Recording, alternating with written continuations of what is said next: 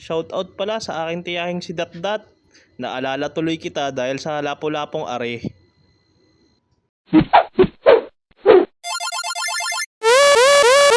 Yoyohoy mga insan, ako nga pala si Sam, OFW dito sa Saudi. Tara, samahan nyo ako magluto ng ating paboritong lapu-lapu. Gagawin nga pala natin tong sinigang. Kitang-kita nyo naman sa itsura, talagang fresh na fresh. Kasing fresh ng asawa mo naghihintay sa Pilipinas. Dito nga mga insan ay ginupit ko na muna yung mga palikpik kasi nakakatusok ito sa kamay.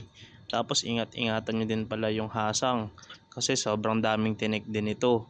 Tapos dyan ay ginugupit ko na nga para hindi ako masyadong masaktan sa pagtatanggal ng hasang pati yung lamang loob.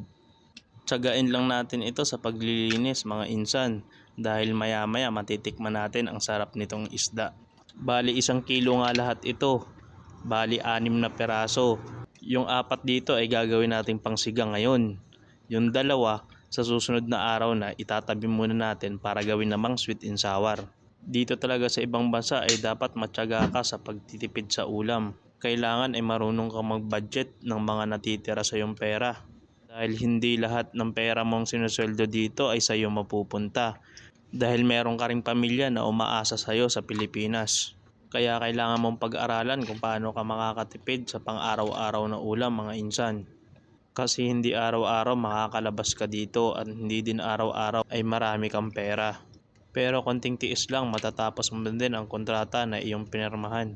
Mahirap lang isipin na kailangan mong lumayo para makatakim ng konting ginhawa ang iyong pamilya na nandyan sa Pilipinas.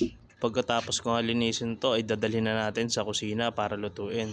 Ngayon nga ay sobrang init kasi may 2 klase ng init dito sa Saudi. Merong init na nakakasunog at init na humid nila tawagin. Kaya dito ang ginawa ko, nagbukas muna ako ng aircon sa kusina kasi di ko kakayanin ng init pag nagtagal ako dito sa labas. Maganda nga pala dito sa kumpanya namin kasi libre lahat, kuryente, tubig, pati gasol na pinaglulutuan namin. Kaya okay na okay lang kahit magbukas ako ng aircon.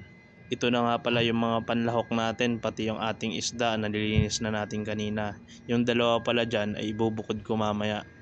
Nandyan na pala yung ating sibuyas, kamatis at saka luya. Papakuluan natin yan. Dito ay antayin na lang natin yan na kumulo. Takpan muna natin. Dito nga mga insan ako ay may nakalimutang ilagay. Lagyan na nga din pala natin ng paminta para mamaya pagkulo ay maganda na yung amoy ng ating niluluto. Pagkatapos ko nga lagyan dito ng paminta ay tatakpan na lang natin uli at hihintayin na natin kumulo. Konting minuto na lang pala yan at yan ay kukulo na. Tingnan nyo, magic di ba? Pagkatapos pala nyan ay ilalagay na natin yung ating isda na lapu-lapu. Yan yung magpapasarap sa ating niluluto ngayong sinigang. Yan pala ay nabili natin kaninang tanghali lang dahil wala na tayong pang ulam. Dito nga isa-isa na natin silang ilalagay. Pagkatapos pala natin mailagay lahat yan ay tatakloban muna natin. Hintayin lang natin uli na ito ay kumulo ng kumulo. Dito pala ilalagyan din natin ng ating Manila patis para talagang masarap na masarap at sakto-sakto lang ang alat. Pagkatapos nga nating malagyan dyan ng patis ay isusunod din natin ito ating mamasitas na sinigang mix para naman sa asim na ating hinahanap. Tapos natin lagyan ng sinigang mix ay takpan lang natin yan at hintayin kumulo. Pagkakulo nyan ay ilalagay na natin ang ating magic kangkong. Yan ay magpapasarap sa ating sinigang. Yan naman yung ating iniintay lagi. Kailangan lagi talaga yung sinigang merong gulay. Pagkatapos pala natin malagay lahat ng gulay ay tatakpan muna natin to at hihintayin natin uling kumulo. Ito na nga ang sinasabi natin sa hula, kulong-kulo na, kaya titikman muna natin kung ano talaga ang lasa. Abay wari ko dito si Insan naman ay talagang mapapangiwi sa asim. Ano kaya ang reaksyon na ring impaktong are? Aba, klaseng napadilat sa sarap, papikit-pikit pa. Aha. Abay wari ko naman yung mapaparami na naman are ng kain. Abay approve daw eh. Ay siya, sige na mga insan at kami kakain pa. Kasarap na rin, higup abaw.